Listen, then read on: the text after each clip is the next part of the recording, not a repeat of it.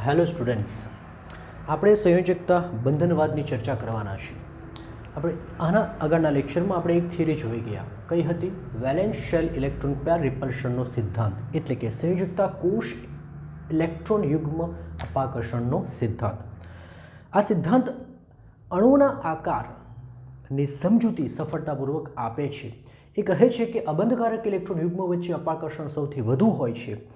પરિણામે અવકાશમાં સૌથી વધારે જગ્યા અબંધકારક ઇલેક્ટ્રોન યુગ્મ લેશે. એ અબંધકારક ઇલેક્ટ્રોન યુગ્મ એકબીજાથી અપાકર્ષીને બંધકારકની નજીક આવી જવાને કારણે બંધકારકને દબાવશે અને પરિણામે જે રચના બને છે, રચનામાં જે બંધ કોણ હોય છે તે નિયમિત બંધ કોણ અથવા તો કહી શકીએ આદર્શ બંધ કોણ કરતાં ઓછો થાય છે, ઘટે છે. ઓકે, છતાં પણ આ સિદ્ધાંતની એટલે કે વેલેન્સ શેલ ઇલેક્ટ્રોન પેર રિપલ્શનના સિદ્ધાંતની મર્યાદા છે. મર્યાદા એ છે કે એમ તો કહી શકાય કે અપાકર્ષણ લાગે છે ઇલેક્ટ્રોન યુગ્મ વચ્ચે, પણ કેટલું? કોઈક આપણી પાસે એવો કોઈક થિયરી નથી, સૈદ્ધાંતિક આપણી પાસે કોઈ સૂત્ર નથી, ફોર્મ્યુલા નથી કે જે ફોર્મ્યુલા દ્વારા એ લાગતું અપાકર્ષણ ગણી શકાય.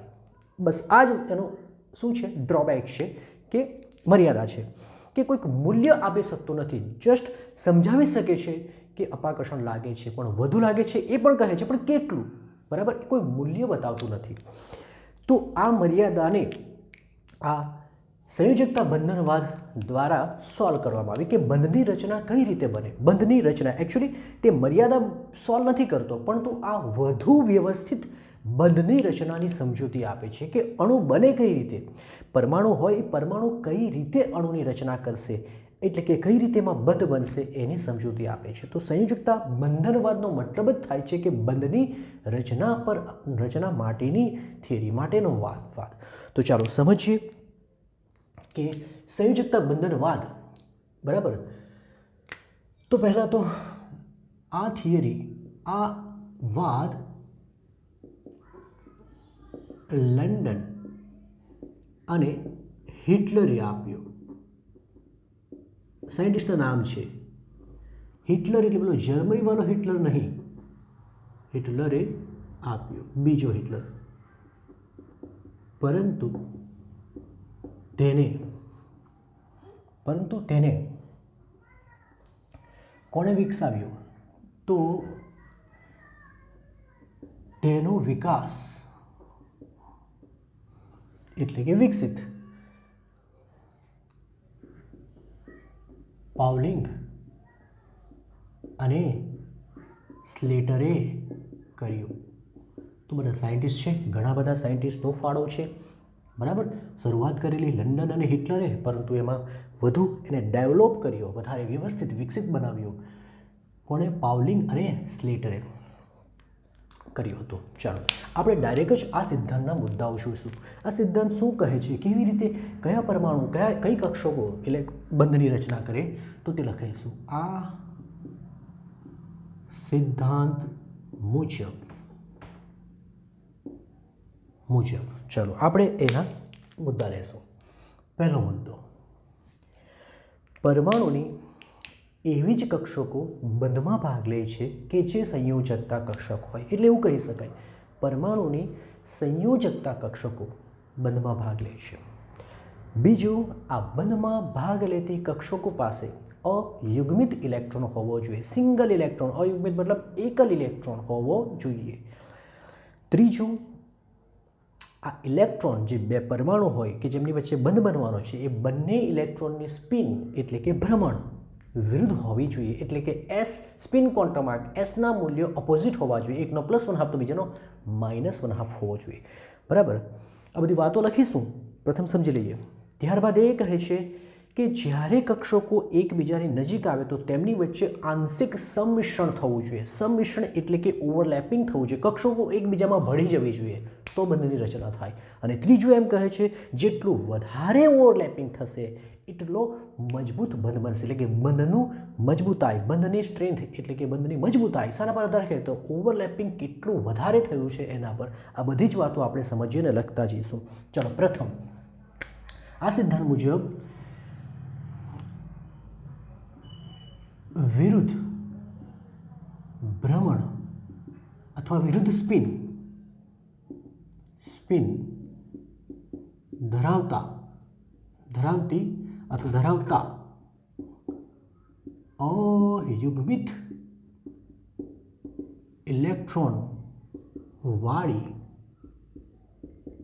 સંયોજકતા કક્ષકોજ બંધની રચનામાં ભાગ લે છે. એટલે પહેલો તો મુદ્દો એ કે પરમાણુની કઈ કક્ષકો ભાગ લે, બરાબર. તો વિરુદ્ધ સ્પિન ધરાવતા અયુગ્મિત ઇલેક્ટ્રોન વાળી, એનો મતલબ કે એમની અયુગ્મિત ઇલેક્ટ્રોન હોવો જોઈએ પણ સ્પિન વિરુદ્ધ હોવી જોઈએ વાળી સંયોજકતા કક્ષકો. અહીંયા એમ લખી શકાય પરમાણુની સંયોજકતા કક્ષકો પરમાણુની સંયોજકતા કક્ષકો જ બંધની રચનામાં ભાગ લે છે. બીજો મુદ્દો, આવી કક્ષકો, આવી એટલે હવે આની જ વાત કરીશું. આવી કક્ષકો જ્યારે એકબીજા સાથે સંમિશ્રણ પામે ઓવરલેપ મિશ્રણ પામે ત્યારે જ બંધ બને છે, ત્યારે જ બંધ બની શકે. એટલે સંમિશ્રણ વગર બંધ નહીં બની શકે, બંધ બની શકે છે. અને ત્રીજો મુદ્દો, કક્ષકોનું સંમિશ્રણ જેટલું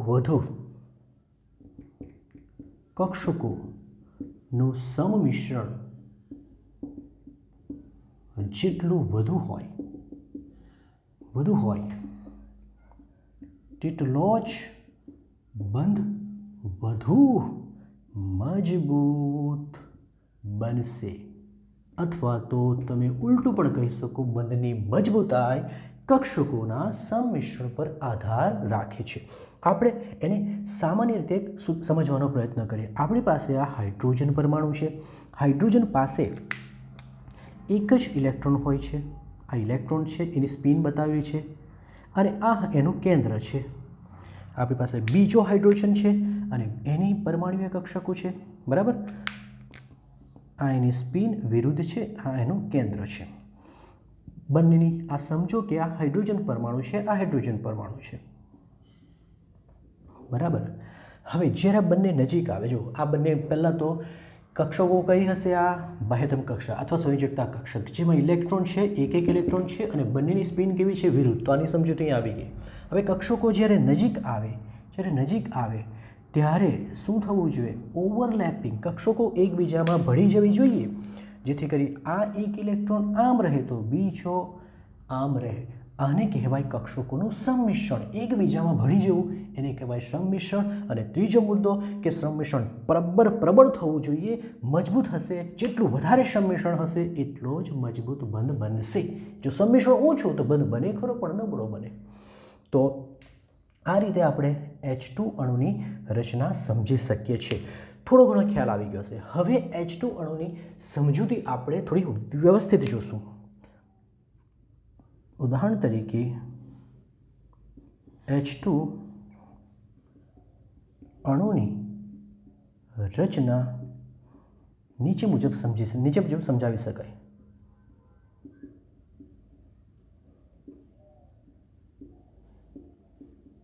એટલે કે આ થિયરી પરથી H2 અણુની રચના સમજાવવી છે આપણે. ચલો, H2 બે પરમાણુ H અને H, બરાબર. બે પરમાણુ જ્યારે બે પરમાણુ છે તો આપણી પાસે બે કેન્દ્ર પણ છે. આ બે કેન્દ્ર છે અને બે ઇલેક્ટ્રોન છે, રાઈટ. તો આપણે લખીશું કે બંને પરમાણુના કેન્દ્રોને સંકેત વડે થશે. ધારો કે એકના કેન્દ્રને Na અને બીજાના કેન્દ્રને Nb તથા ઇલેક્ટ્રોનને Ea અને Eb તરીકે લેવામાં આવે. મતલબ આપણે શું કરી દીધું? સંકેત આપી દીધા કે આ પરમાણુ એ છે, આ પરમાણુ બી છે, તો આનું કેન્દ્ર Na, આનો ઇલેક્ટ્રોન Ea, આનું કેન્દ્ર Nb અને આનો ઇલેક્ટ્રોન Eb. જ્યાં સુધી આ બંને એકબીજાની દૂર હશે, સ્વાભાવિક છે ત્યાં સુધી ન તો એમના પર અપાકર્ષણ લાગશે, ન તો આકર્ષણ લાગશે, રાઈટ? કારણ કે દૂર છે. પણ જેમ જેમ નજીક આવશે તેમ બંને બળો લાગશે. જો વિરુદ્ધ વચ્ચે આકર્ષણ પણ સમાન વચ્ચે અપાકર્ષણ, તો જેમ જેમ નજીક આવશે તેમ તેમ આકર્ષણ અને અપાકર્ષણ બંને બળો ઉદ્ભવતા જશે. એટલે પણ લખીશું, જ્યાં સુધી બંને પરમાણુ એકબીજાથી પૂરતા દૂર હોય, અનંત એમ કહી શકાય હોય, ત્યારે કોઈ પણ બળો ઉદ્ભવતા નથી. પરંતુ જેમ નજીક આવશે તેમની વચ્ચે બોલો કયા કયા બળો? આકર્ષણ તેમજ અપાકર્ષણ બંને બળો ઉદ્ભવે છે. હવે સવાલ એ છે કે આકર્ષણ કોની કોની વચ્ચે અને અપાકર્ષણ કોની કોની વચ્ચે? તો આપણે અહીં પ્રથમ આકર્ષણ બળની વાત કરીએ. આકર્ષણ બળ, ચાલો બોલો જેમ કોની કોની વચ્ચે આકર્ષણ બળ લાગશે? એક આકૃતિ પાડી દઈએ અને સમજીએ. આ છે કેન્દ્ર, જેને આપણે નામ આપી દીધું કયું? Na, right? આ બીજાનું કેન્દ્ર, એને આપણે નામ આપી દીધું Nb. આનો જે ઇલેક્ટ્રોન છે તેને આપણે અહીં આમ દર્શાવીએ અને એને કહી દઈએ Eb, બરાબર? Eb આ રીતે નહીં, આમ જ લખી દઈશું. Na કેન્દ્ર છે, Nb કેન્દ્ર છે, આ Ea છે અને આ Eb છે. આનો ઇલેક્ટ્રોન, આ ઇલેક્ટ્રોન નાનો છે ને આ ઇલેક્ટ્રોન નાનો છે, એમ સમજી શકાય. તો પહેલાં તો અપાકર્ષણ કોની વચ્ચે? બોલો, આકર્ષણ લઈ લે. આકર્ષણ બળો કોની કોની વચ્ચે લાગશે? આકર્ષણ બળ લાગશે એક તો આ, જો લાગી શકે કે નહીં?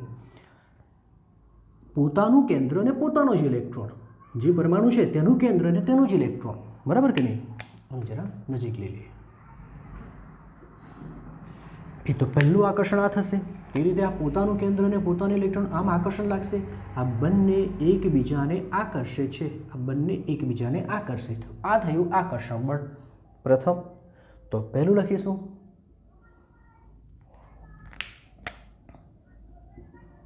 પોતાનું કેન્દ્ર, એટલે એમ કહી શકાય એક પરમાણુનું કેન્દ્ર અને તે જ પરમાણુનું ઇલેક્ટ્રોન, પણ આપણે એવો શબ્દ વાપરીએ પોતાનું કેન્દ્ર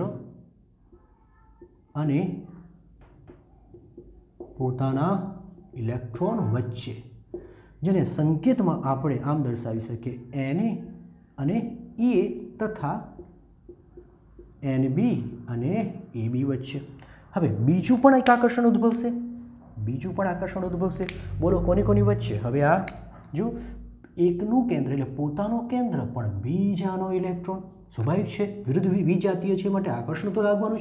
એટલે પોતાનું કેન્દ્ર અને બીજાનો ઇલેક્ટ્રોન થાય કે નહીં? ચલો તો લખીશું. હવે પોતાનું કેન્દ્ર અને બીજાના ઇલેક્ટ્રોન વચ્ચે, એટલે કે Na તો Eb આવશે તથા Nb તો Ea આવશે. ચલો આ થયું આકર્ષણ બળની વાત. એ જ રીતે આપણે અપાકર્ષણી બળની વાત પણ કરીશું. ચલો અપાકર્ષણ બળ માટે પણ આપણે આ Na, આ Nb, આ Ea અને આ Eb, બરાબર? આ કયું હતું? આકર્ષણ બળની વાત કરે છે. અને હવે આપણે અપાકર્ષણ બળની વાત કરવાના. ચલો, અપાકર્ષણ બળ સજાતીય વીજભારો વચ્ચે, તો આ થઈ ગયું અપાકર્ષણ, રાઈટ કે નહીં? આ આમ લાગશે ને આ આમ જશે. તેમજ આ પણ અપાકર્ષણ, બરાબર? તો અપાકર્ષણ બળની વાત કરીશું. અપાકર્ષણ બળ બોલો કોની કોની વચ્ચે? પોતાનું કેન્દ્ર અને બીજાનું કેન્દ્ર, એમ લખી શકાય ને? લખી શકાય પોતાનું કેન્દ્ર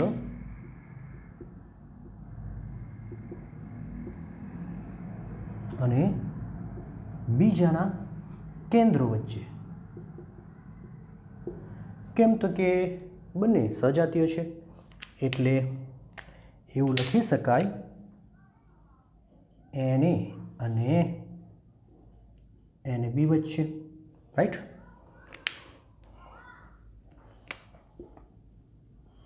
ઓકે, તે જ રીતે આપણે બીજું લઈ લઈએ. પોતાના ઇલેક્ટ્રોન અને બીજાના ઇલેક્ટ્રોન વચ્ચે, જેને આપણે આ રીતે લખીશું એ અને એ બી વચ્ચે. તો 4 પ્રકારના બળો બન્યા. 4 પ્રકારના બળો થયા આપણી પાસે. હવે અણુની રચના થશે કે નહીં, આ બનશે કે નહીં, એ આ બળો પર આધાર રાખે છે. જો અપાકર્ષણ બળો વધી જાય તો અણુ નજીક તો જશે પણ બંધની રચના ન કરી શકે. પરંતુ જો આકર્ષણ બળ બને વધી જાય તો જ અણુ નજીક આવી કક્ષકોનું સંમિશ્રણ થાય, એવું આ થિયરી સમજાવે છે. પ્રથમ આટલું કોપી કરો એટલે પૂરી કરીએ આપણે. ઓકે, હવે હાઇડ્રોજન અણુ બને છે. હાઇડ્રોજન અણુ બને છે એટલે જ આપણે એની ચર્ચા કરીએ છીએ. તો એનો મતલબ એ થયો કે એમાં તો અપાકર્ષણ બળ કરતાં આકર્ષણ બળ વધુ હશે, તો જ ઓવરલેપિંગ થશે, તો જ બંધ બનશે. તો એ પ્રાયોગિક રીતે પૂરું થઈ ચૂક્યું છે કે અહીં હાઇડ્રોજનના કિસ્સામાં અપાકર્ષણ બળની માત્રા કરતાં આકર્ષણ બળની માત્રા વધુ છે. પરંતુ હાઇડ્રોજનની જગ્યાએ હિલિયમ જો લેવામાં આવે તો હિલિયમમાં અપાકર્ષણ વધી જશે, માટે હિલિયમ ક્યારેય પણ He2 અણુ બનાવી શકતો નથી. એટલે ખૂબ ધ્યાનથી સમજવાનું છે કે હાઇડ્રોજન અણુ બને છે માટે આકર્ષણ બળો વધુ હશે. લખીશું પ્રાયોગિક રીતે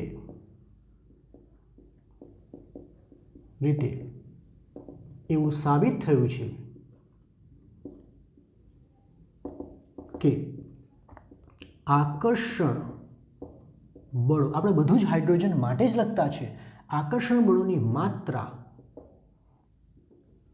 અપાકર્ષણ બળો કરતાં વધુ હોય છે. તેથી શું થશે? પરમાણુ નજીક આવશે. તેથી પરમાણુઓ એકબીજાની એટલા નજીક આવે તો નજીક તો આવતા જશે, આવતા જશે, આવતા જશે. ક્યાં સુધી? આપણે એવું તો ન કહી શકીએ એકબીજામાં એકદમ જ ભળી જશે, કેન્દ્ર કેન્દ્રો એકબીજામાં ભળી જશે, એવું ન થાય. આવશે, નજીક આવશે. એટલા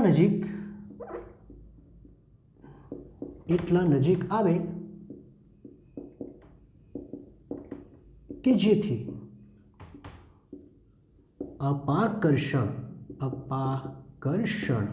અને આકર્ષણ બંને બળો સંતુલિત થાય. બરાબર? આવતા જશે, આવતા જશે. આપણે કહ્યું કે આકર્ષણ બળ વધુ છે, ચાલો નજીક તો આવશે, પણ જેમ નજીક આવશે તેમ કેન્દ્ર નજીક જવા, કેન્દ્ર વધુ નજીક આવવાને કારણે અપાકર્ષણ બળનું મૂલ્ય બી તો વધતું જશે. તો ક્યાં સુધી નજીક આવી શકે? ત્યાં સુધી જ આવી શકે કે જ્યાં સુધી પેલું આકર્ષણ બળ અને અપાકર્ષણ બળ એકબીજાને શું કરે? સમતોલે. આ જે સ્થિતિ છે કે જ્યારે આકર્ષણ અને અપાકર્ષણ બળ સમાન થાય ત્યારે જે પ્રણાલી છે તે ન્યૂનતમ સ્થિતિ ઊર્જા ધારણ કરે, સંતુલિત થાય અને પ્રણાલી ન્યૂનતમ સ્થિતિ ઊર્જા, આપણે એના આલેખ દ્વારા સમજીશું, સ્થિતિ ઊર્જા ધારણ કરે. આ મુદ્દો ખૂબ અગત્યનો છે.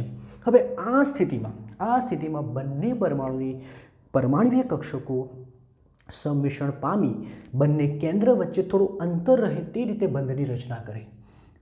અહીં બંને પરમાણુવીય કક્ષકો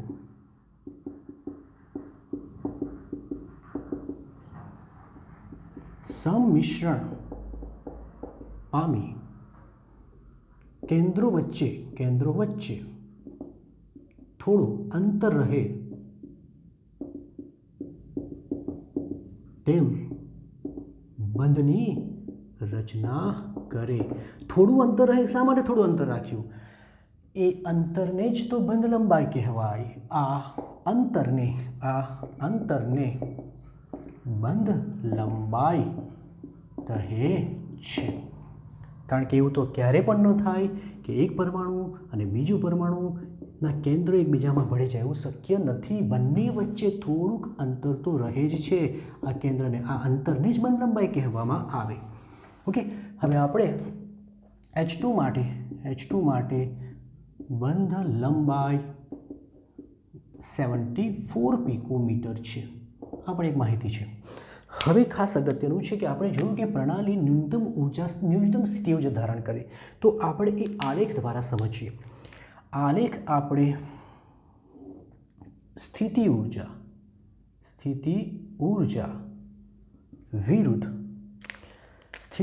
વિરુદ્ધ આંતરકેન્દ્રીય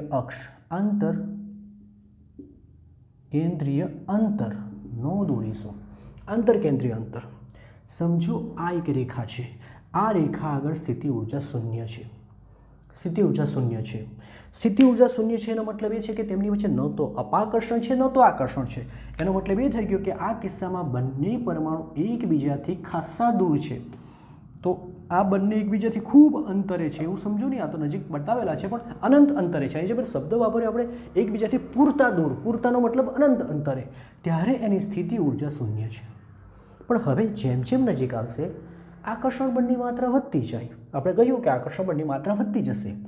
તો આકર્ષણ બળની માત્રા વધતી જાય એટલે એ આપણે કહીએ કે આમ નજીક આવ્યા. બંધ બન્યો નથી પરંતુ પૂરતા નજીક આવ્યા. તો જેમ જેમ અહીં સ્થિતિ ઊર્જા, આ અણુઓની સ્થિતિ ઊર્જા લગભગ શૂન્ય હતી, પણ જેમ જેમ નજીક આવશે, જેમ જેમ આકર્ષણ બળ વધતું જાય તેમ સ્થિતિ ઊર્જા ઘટતી જાય છે. એટલે હવે સ્થિતિ ઊર્જા ઘટતી જશે. જ્યારે આ બંને એકબીજામાં ભળી જશે અને બંધની રચના કરે ત્યારે પ્રણાલી ન્યૂનતમ સ્થિતિ ઊર્જા ધારણ કરે છે. એનો મતલબ એ થયો કે જ્યારે એ બંધ બનાવે ત્યારે પ્રણાલીની ઊર્જા ન્યૂનતમ હોય છે. પણ તમે કહેશો સર હજુ વધારે નજીક ધકેલીએ તો શું થાય? હજુ વધારે નજીક ધકેલે તો ઓર ઘટવી જેવું ના. પછી પેલા અપાકર્ષણ બળો વધી જાય. આ તો ક્યારે? જ્યારે બંને બળો સમાન હોય. આકર્ષણ અને અપાકર્ષણ બંને બળો સમાન બને તે આ સ્થિતિ છે. આ સ્થિતિ આગળ ઊર્જા કેવી છે? ન્યૂનતમ છે. પણ જો વધારે દબાવીએ તો કેન્દ્રો નજીક આવતા અપાકર્ષણ બળનું મૂલ્ય વધતું જાય. એટલે તેવા કિસ્સામાં ઓર જો નજીક જશો, અહીંથી તે અહીં સુધી અંતર એટલે તમારું 74 પિકોમીટર આ હાઇડ્રોજન માટે, આ બરાબર. આ પણ એના કરતાં જો નજીક જશો તો પછી પાછા સ્થિતિ ઊર્જા પાછી વધવા માંડે, કારણ કે અપાકર્ષણ બળ વધી જાય. તો સમજો કે આ ઊર્જા આલેખ પરથી આપણે એવું સમજી શકીએ કે જ્યારે બંધ બને ત્યારે સ્થિતિ ઊર્જામાં ઘટાડો થાય. એનો મતલબ કે બંધની રચના દરમિયાન ઊર્જા ગુમાવે અને એટલે જ તો બંધ સ્થાયી રહે છે. ક્લિયર બધાને? આ કયું અંતર છે? અહીં સુધીનું અંતર કયું છે? તો આ અંતર આંતરકેન્દ્રીય અંતર કહેવાય. એટલે કે બંધ લંબાઈ કહેવાય, જે એકચ્યુઅલી કેટલી હશે? 74 પિકોમીટર. અહીં સુધી સ્થિતિ ઊર્જા ન્યૂનતમ, પછી એની અગાડી જઈએ તો પણ સ્થિતિ ઊર્જા વધે અને વધુ નજીક આવે તો પણ સ્થિતિ ઊર્જા વધે. તો આ છે સંયોજકતા બંધનવાદ. ઓકે, ચલો લખી લો તમે. હવે આપણે પરમાણ્વીય કક્ષકોના સંમિશ્રણની ચર્ચા કરીશું કે પરમાણ્વીય કક્ષકોનું સંમિશ્રણ કેટલા પ્રકારનું હોય છે. પરમાણ્વીય કક્ષકો નજીક આવે, સંમિશ્રણ પામે ત્યારે બંધની રચના કરે. આ સંમિશ્રણ એકચ્યુઅલી ત્રણ પ્રકારનું તો એમ નહીં કહી શકાય, પણ 3 રીતે થાય છે. કે ધન સંમિશ્રણ, બીજું ઋણ સંમિશ્રણ અને ત્રીજું શૂન્ય સંમિશ્રણ. તો સમજીશું કે પરમાણ્વીય કક્ષકો નજીક આવી બંધની રચના કરે ત્યારે થતું સંમિશ્રણ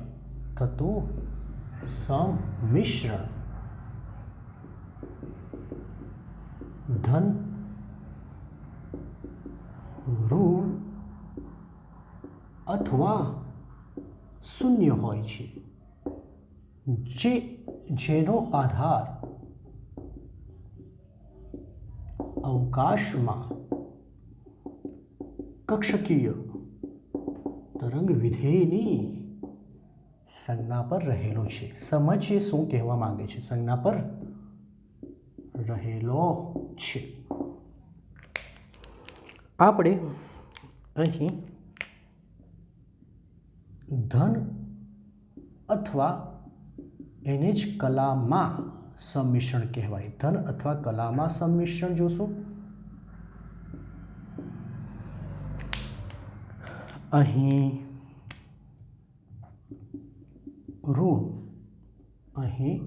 ઋણ અથવા કલા બહાર સંમિશ્રણ જોઈએ અને તે જ રીતે આપણે પછી શૂન્ય સંમિશ્રણની પણ ચર્ચા કરીશું. ચાલો આપણે પી અને પી કક્ષકો, પી અને એસ કક્ષકોની ચર્ચા કરીશું. ચાલો જુઓ, ધ્યાન આપો. આપણી પાસે આ પીએક્સ બરાબર. ચલો પીઝેડ લઈએ. શરૂઆતમાં પીઝેડ લઈ લઈએ. આ એક પીઝેડ કક્ષક છે અને આ બીજી પણ પીઝેડ કક્ષક છે. પીઝેડ અહીં પ્લસ છે અને અહીં માઇનસ છે. અહીં પણ પ્લસ છે અને આ માઇનસ છે. ચાલો પહેલાં તો કન્ફ્યુઝન થશે આ પ્લસ અને માઇનસ છે શું. નોર્મલી આપણે પ્લસ અને માઇનસ સંજ્ઞા કોના માટે વાપરીએ? તો વીજભાર માટે. તો શું આ પ્લસ વીજભાર છે ને માઇનસ વીજભાર છે? તો બિલકુલ નહીં. આ પ્લસ સંજ્ઞા વીજભાર દર્શાવતી નથી, માઇનસ સંજ્ઞા વીજભાર દર્શાવતી નથી.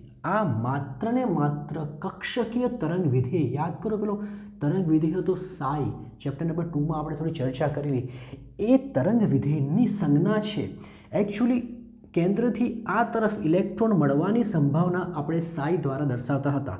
તો આ તરફની સંભાવનાને પ્લસ દ્વારા દર્શાવી, તો આ તરફની સંભાવનાને માઇનસ દ્વારા દર્શાવવામાં આવે છે. એટલે ક્યારે પણ એવું ન વિચારતા કે આ જે પ્લસ છે તે શું છે?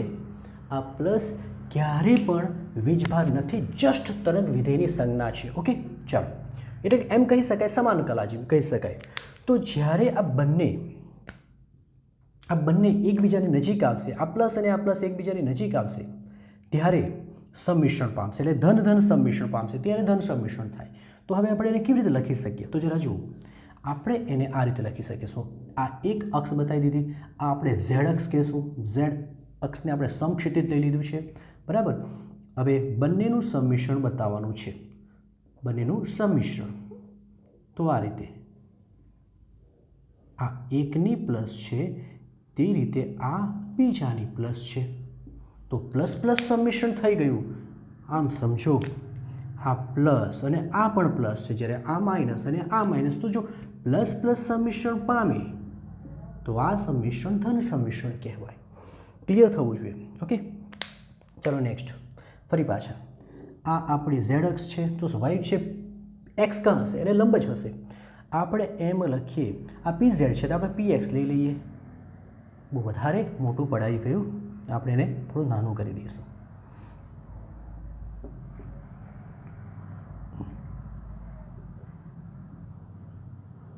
આ એક પી એક્સ ઉપર પ્લસ નીચે માઇનસ.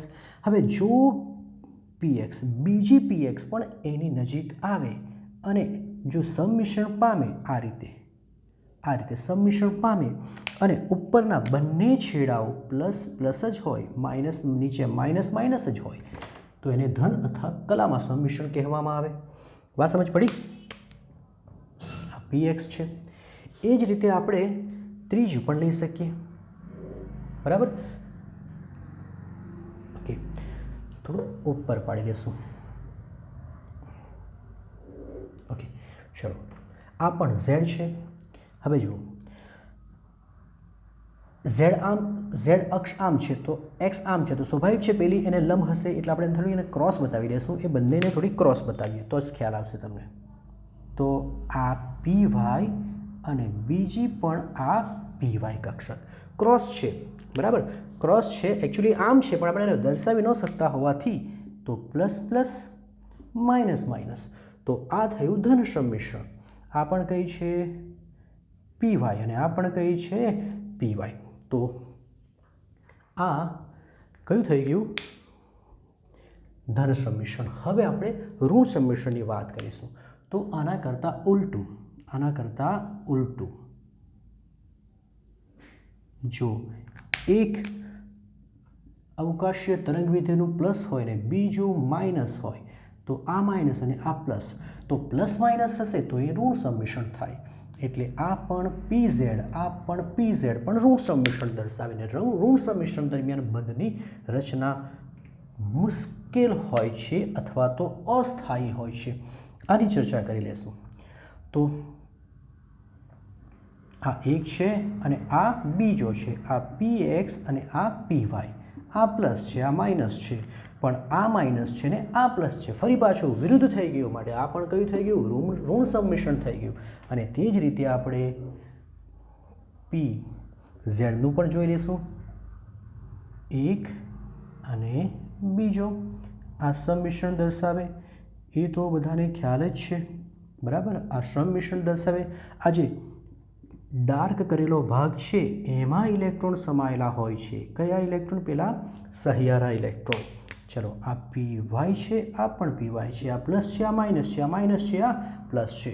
તો જો વિરુદ્ધ લોબ કહેશો, વિરુદ્ધ સંજ્ઞા તો ઋણ અને સમાન સંજ્ઞા તો ધન. હવે શૂન્ય સંમિશ્રણની ચર્ચા કરી લેશું. શૂન્ય સંમિશ્રણ ક્યારે થાય? હવે જો તમે બરાબર ધ્યાનથી, આ એક PX છે કક્ષક, આ Z અક્ષ છે અને આ S એટલે કે S કક્ષક છે. હવે આ માઇનસ અને આ પ્લસ થશે શું જરાક સમજો. સંમિશ્રણ ગોળા અને ગોળાનું થવું જોઈએ, મતલબ આ જે લોબ છે એ લોબ અને આ ગોળાનું સંમિશ્રણ થવું જોઈએ. તો અગર આમ હોતે અને આમ આવતે તો સંમિશ્રણ થતે, એનો મતલબ કે Z સાથે સંમિશ્રણ થતે. પરંતુ આ તો એવું થઈ ગયું કે તમારો લોબ ઉપર રહી ગયો અને પેલો S કક્ષક અહીં આવે. અહીં ક્યાં આવે? જ્યાં ઇલેક્ટ્રોન મળવાની સંભાવના શૂન્ય છે. તો તેવા કિસ્સામાં અહીં બંનેનું અવકાશીય ગોઠવણી એવી નથી કે બંને સંમિશ્રણ પામી શકે, તો અહીં બંધની રચના થશે નહીં. આ શૂન્ય સંમિશ્રણ છે બરાબર. એવું જ લઈ લઈએ એક બીજું.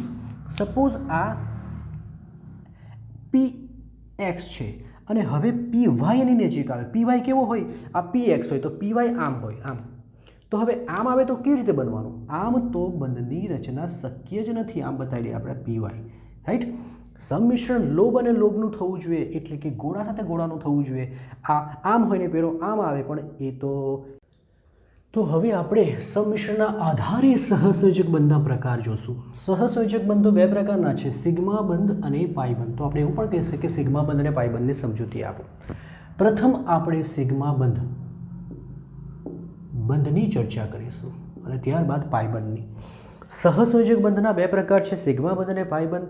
બંને બંધોમાં ઇલેક્ટ્રોનની ભાગીદારી જ થાય છે, પરંતુ સંમિશ્રણ થોડું અલગ અલગ હોય છે, માટે એકને સિગ્મા એકને પાઈ. ઓકે, ચાલો આગળ જઈએ. સિગ્મા બંધ ક્યારે બને? તો એવું કહે છે કે સિગ્મા બંધની રચના ત્યારે થાય જ્યારે પરમાણ્વીય કક્ષકોનું સંમિશ્રણ આંતરકેન્દ્રીય અક્ષ પર છેડાથી છેડા દ્વારા થાય ત્યારે સિગ્મા બંધ બને. આંતરકેન્દ્રીય અક્ષ અને છેડાથી છેડાનો મતલબ શું છે એ આપણે ઉદાહરણ લઈને સમજીએ. ચલો, પહેલું S કક્ષકોનું મિશ્રણથી સિગ્મા બંધની સમજૂતી જોઈશું. તો આ રીતે આ S કક્ષક છે, અયુગ્મિત ઇલેક્ટ્રોન ધરાવે છે. આ પણ S કક્ષક છે, અયુગ્મિત ઇલેક્ટ્રોન ધરાવે. આ કેન્દ્ર અને આ કેન્દ્ર બંને કેન્દ્રને જોડતી રેખાને આંતરકેન્દ્રીય અક્ષ કહેવાય. યાદ રાખજો, કેન્દ્રને જોડતી રેખાને આંતરકેન્દ્રીય અક્ષ કહેવાય. તો જ્યારે આ બંને નજીક આવશે ત્યારે આ પ્રકાર એટલે કે આ પ્રકારે જ્યારે બંધ રચે તો અહીં બે ઇલેક્ટ્રોન વચ્ચે હશે, એકાનો અને એકાનો બંનેની સ્પિન વિરુદ્ધ હશે, ત્યારે કયો બંધ રચાય? સિગ્મા બંધ રચાય. લખીશું કે બે એસ કક્ષકો અબંધકારક અબંધ નહીં પરંતુ અયુગ્મિત ઇલેક્ટ્રોન ધરાવતી બે એસ કક્ષકો સંમિશ્રણ પામી સિગ્મા બંધની શું કરે છે? રચના કરે છે. તો એના માટે એમ થયું કે બે એસ કક્ષક વચ્ચે બનેલો બંધ હંમેશા સિગ્મા જ હોય છે. ઓકે, બીજું જોઈએ. એસ પી કક્ષકોનું સંમિશ્રણ. તો એના દ્વારા સિગ્મા બંધ બને. કઈ રીતે? તો એ પણ એ જ અયુગ્મિત ઇલેક્ટ્રોન ધરાવતી એસ અને પી. એકચ્યુઅલી અહીં આપણે પી કક્ષકમાં પી ઝેડને લેશું. ધ્યાનથી જો, અને પી ઝેડ કક્ષકો આંતરકેન્દ્રીય અક્ષ પર નીચે મુજબ સંમિશ્રણ પામી સિગ્મા બંધ બનાવે. ઓકે, આ એસ અને આ પી ઝેડ છે, બરાબર. આ પી ઝેડ લઈએ, આ એસ લઈએ, કોઈ પણ એક જ લેવાય. પી ઝેડ તો દર વખતે પી ઝેડ જ આવશે. સમજીશું આપણે, આનું કેન્દ્ર અને આ આનું કેન્દ્ર છે, અને બંનેના કેન્દ્રને જોડતી રેખાને જ આંતરકેન્દ્રીય અક્ષ કહેવામાં આવે, બરાબર. તો આ રેખા થઈ ગઈ આંતરકેન્દ્રીય અક્ષ. હવે બંને એકબીજાની નજીક આવશે, બરાબર. તો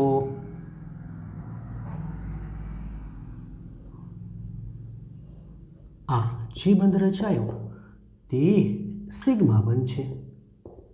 ક્લિયર? આ બંધની રચના થઈ તે કયો બંધ છે? સિગ્મા બંધ છે. નેક્સ્ટ ત્રીજું હશે પી અને પી કક્ષકોનું સંમિશ્રણ. તો એમાં પણ એવું છે, બે પી કક્ષકો, પણ શરત બંને પી ઝેડ જ હોવી જોઈએ. તો લખીશું કે બે, કારણ કે અહીં આપણે પી ઝેડ લીધું છે તો અહીં પણ પી ઝેડ લેવું પડશે. બે પી ઝેડ.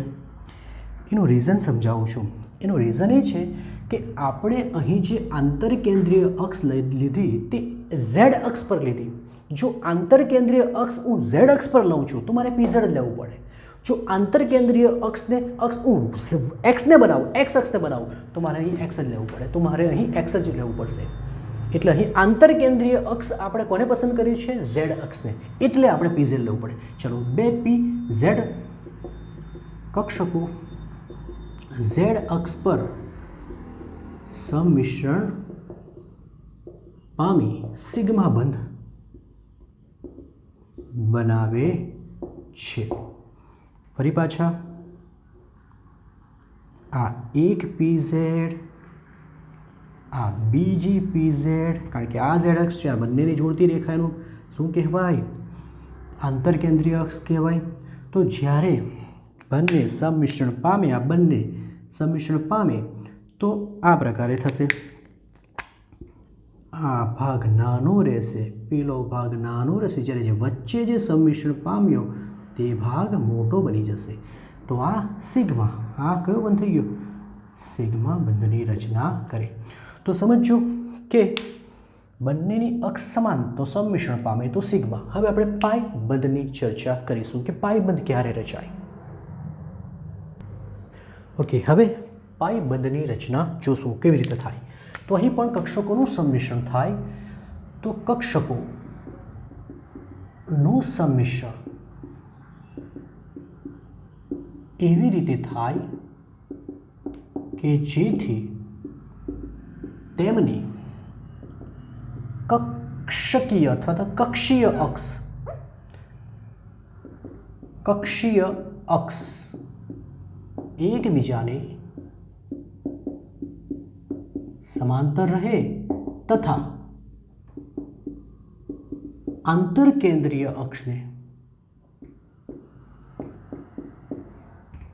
લંબ રહે તો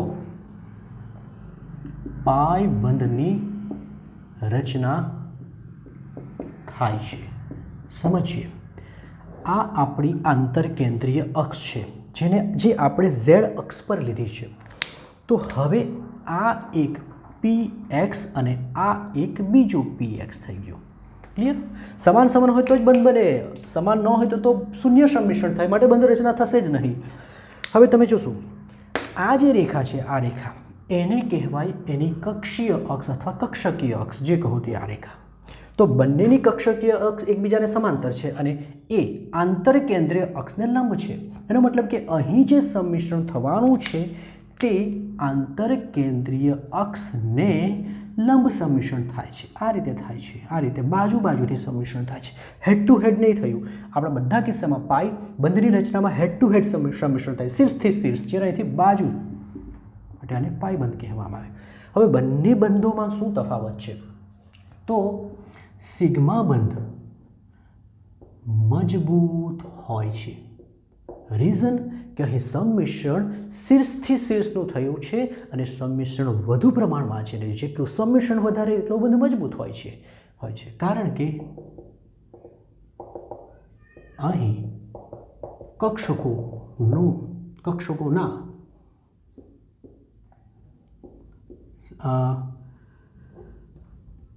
કક્ષકોના ગોળાથી ગોળાનું, શીર્ષથી શીર્ષનું, ગોળાથી ગોળાનું, લોભથી લોભનું, એમ લખી શકો. એકચ્યુઅલી લોભ શબ્દ વપરાય છે. લોભથી લોભનું સંમિશ્રણ થાય છે જે મજબૂત હોય છે, જે મજબૂત હોય છે. ઓકે, સંમિશ્રણ થાય છે જે વધુ પ્રમાણમાં થયેલું હોય છે. એટલે કે સંમિશ્રણ વધુ પ્રમાણમાં થયેલું હોય છે ને એટલું મજબૂત હોય છે. પાયબંધ નબળો હોય છે કારણ કે અહીં શીર્ષથી શીર્ષનું ન થતા, હેડ ટુ હેડ ન થતા, સાઈડથી બાજુએથી થયું છે. એટલે કે કક્ષકોના લોભ, શીર્ષ શબ્દ વાપરીશું, શીર્ષથી શીર્ષનું. કારણ કે અહીં કક્ષકોનું બાજુએથી સાઈડ વાઇઝ સંમિશ્રણ થાય, નબળું થાય સાઈડ વાઇઝ સંમિશ્રણ, એટલે જલ્દી તૂટી જાય. બાજુએથી સંમિશ્રણ થયેલું હોય છે જે પૂરતા પ્રમાણમાં હોતું નથી. તો જે અહીંયા વધુ પ્રમાણમાં છે, જે ઓછા પ્રમાણમાં થયેલું હોય છે, ઓછા પ્રમાણમાં થયેલું હોય છે. તો એક વાત તો ક્લિયર, સિગ્મા બંધ એટલે જ કક્ષકોનું હેડ ટુ હેડથી સંમિશ્રણ, શીર્ષથી શીર્ષ સંમિશ્રણ થવાથી થાય. પાયબંધ બાજુએથી સંમિશ્રણ થાય જે નબળું હોય છે, માટે પાયબંધ કરતાં સિગ્મા બંધ મજબૂત હોય છે. ઓકે, બીજું કે જ્યારે બંધ તોડવાની જરૂર પડશે ત્યારે હંમેશા પાયબંધ પહેલાં તૂટશે, જ્યારે સિગ્મા બંધ પછી તૂટશે, તો સિગ્મા બંધને તૂટતા વાર લાગશે. ઓકે, ચલો કોપી કરો.